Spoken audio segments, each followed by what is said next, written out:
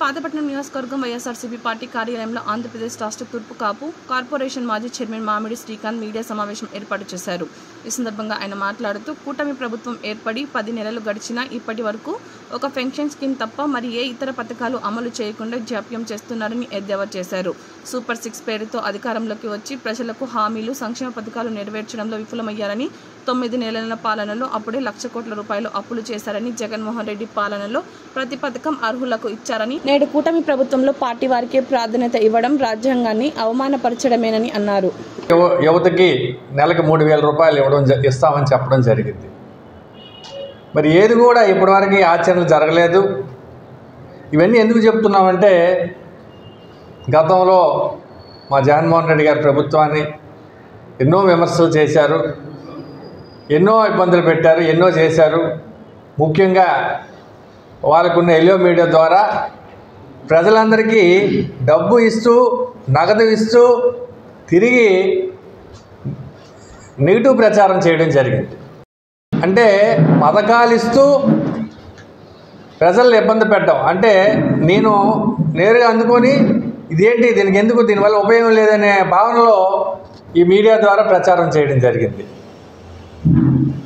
మరి ఇన్ని చేసినా కూడా ప్రజలు జగన్మోహన్ రెడ్డి గారు ఎవరైనా చెప్పినా కూడా ఆయన ఎవరి మాట వినలేదు. 1వ తారీఖు అయ్యేసరికి పెన్షన్ కానీ ఇతర జాబ్ క్యాలెండర్ ద్వారా ఏ రోజైతే ఏ తేదీ అయితే ఆయన ఏ రోజైతే ఆ రోజు చెప్పారో తక్షణంగా ఆ రోజు ఫండ్ ట్రాన్స్ఫర్ చేయడం జరిగింది.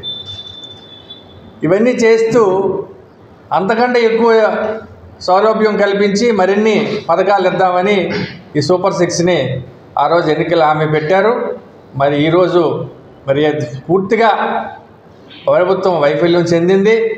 10 నెలల్లో కూడా ₹1 కూడా ఎవరికి అందలేదు, ఒక పథకం కూడా ఎవరికి అందలేదు. ఇవన్నీ ఓన్లీ పెన్షన్ చెప్పినట్టుగా కొంతవరకు ఇవ్వడం జరుగుతుంది. అది కూడా కొంతమందిని ఈ డాక్టర్స్ ద్వారా హాస్పిటల్కి వెళ్ళి వాళ్ళ సర్టిఫికేట్స్ని పరిశీలించి వాళ్ళకి ఎన్నో ఇబ్బందులు పెడుతున్నారు. చాలామంది పెన్షన్లు కూడా పోతున్నాయి.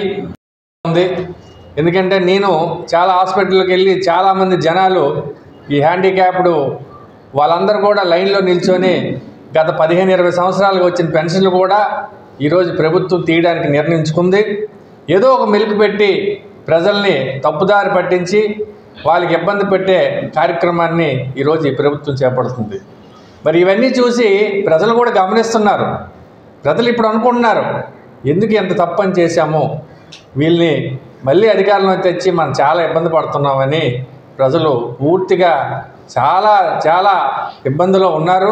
ఎందుకంటే మనకి సంవత్సరం అయ్యేసరికి ఎట్టి పరిస్థితుల్లో నాకు తెలిసి గత 5 సంవత్సరాలుగా ప్రతి ఇంటికి కూడా ఇల్లు స్థలాలతో పాటు ఇల్లు కట్టించి అన్ని పథకాలు సుమారు నవరత్నాలు అన్నీ ఇస్తూ సుమారు ఇంచుమించు 8 నుంచి 10 లక్షల రూపాయలు కూడా ఒక ఇంటికి రావడం జరిగింది. మరి ఇలాంటి పరిస్థితుల్లో ₹1 కూడా ఈరోజు రావడం జరగట్లేదు. అందుకనే ప్రజలందరూ కూడా చాలా అసంతృప్తితో ఉన్నారు. మరి మనందరం కలిసిగా, ఎందుకంటే మనందరం కూడా ప్రజలతో పాటు నడవాలి.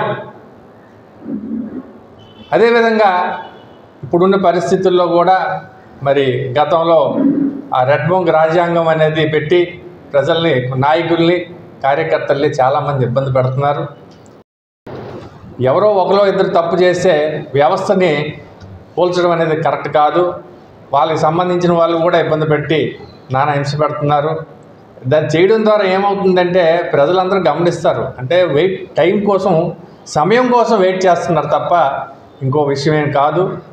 దయచేసి మీరందరూ, ప్రజలందరూ కూడా వాళ్ళందరూ గమనిస్తూ వాళ్ళందరికీ మనం కార్యకర్తలము అందరం కూడా నిలబడి వాళ్ళ యొక్క సమస్యల్ని, ముఖ్యంగా నేను చెప్పదలుచుకుంది ఏంటంటే ఈరోజు మీడియాలో మన పాతపట్నం నియోజకవర్గానికి సంబంధించి అనేక సమస్యలు ఉన్నాయి. ప్రజలు ఎందుకంటే కొంతమంది అధికారుల దగ్గరికి వెళ్ళొచ్చు, వెళ్ళకపోవచ్చు. ఏది ఏమైనా కూడా మనందరం కలిసికట్టుగా ఉండి ఎట్లయినా ప్రతి సోమవారం కూడా గ్రీవెన్స్ జరుగుతుంది. మండలంలో అవ్వచ్చు, జిల్లాలో అవ్వచ్చు.